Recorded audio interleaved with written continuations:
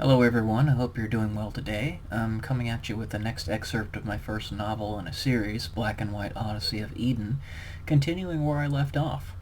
So let's go ahead and jump right into this, won't we? The scientist's face was serene, an intense joy shining behind his eyes. He knelt down to Thomas and put his hands upon his arms. As Thomas looked up at him, the scientist looked back into his eyes intently.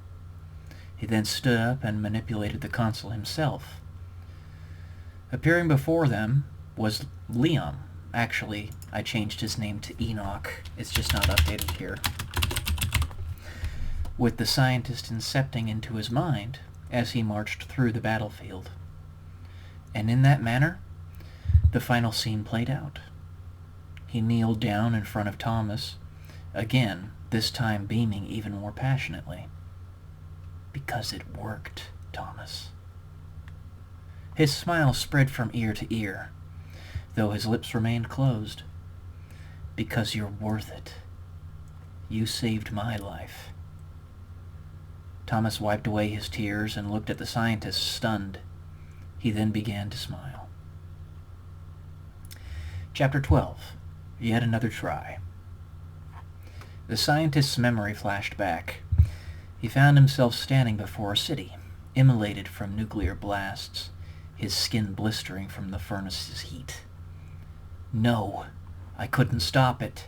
No, he remembered as he fell to his knees, succumbing to the lethal environment, placing his head in his hands and yelling wretched wails of anguish, tears flowing like rivers from his eyes.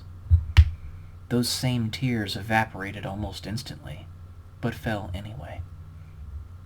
His eyes closed tightly as he resigned to the failure, and the memory faded, buried deep within his past. "He's flatlining," Jessica exclaimed in a level yet exceedingly urgent tone. "Get the defibrillator." The ancient memory the scientist had flashed before him was that of a life long past. His very first life, in fact. When he finally escaped the cataclysm to come, he could bring no one else with him. But he had to know, had to witness it. So he went back. And now here he was, after yet another attempted inception. To live one of his infinite alternate realities with a consciousness that never was, his body now fully failing him. His heart stopped as he lay upon the chair. With his body limp, electrical leads already streaming into every appendage from the looking glass, he was nevertheless strapped down securely. His skin was pale, cragged, eyelids half opened, exposing pupils rolling back into his skull. His cheeks were sallow, frame slight. Matthew scrambled to the back left corner of the room, opposite the atrium, which gave way to an entryway. The bunker-like fortress that was the looking glass fashioned what was in reality a meager stronghold, buried far underground, where no radiation could reach them. Whatever be the case, this protection was not helping the scientist any longer, whose lifeless body lay in the center of the commotion. Matthew searched the drawers of the laboratory's desks, throwing random scientific instruments left and right, some shattering as they hit the cold cement floor. Thomas was rushing around the room with the same purpose, while at the same time attempting to finish up disconnecting the scientist from the machine.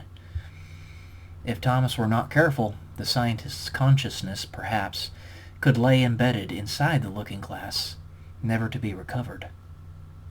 If his unconscious body faded from its struggle for its essence, the scientist had nothing with which to replace it, then he would indeed be lost forever. This, of course, never happened, but it was a theory that the scientist had. Thomas feared it was getting put to the test, though maybe it would be a mercy. This was a thought that crossed Thomas's mind more than once. No, no! Jessica was pleading desperately as she stood over the scientist's body, unstrapping him from the chair. She caressed his head between the palms of her hands, thin gray hair cascading over his forehead, supporting it in such a way that she could look him in the eyes.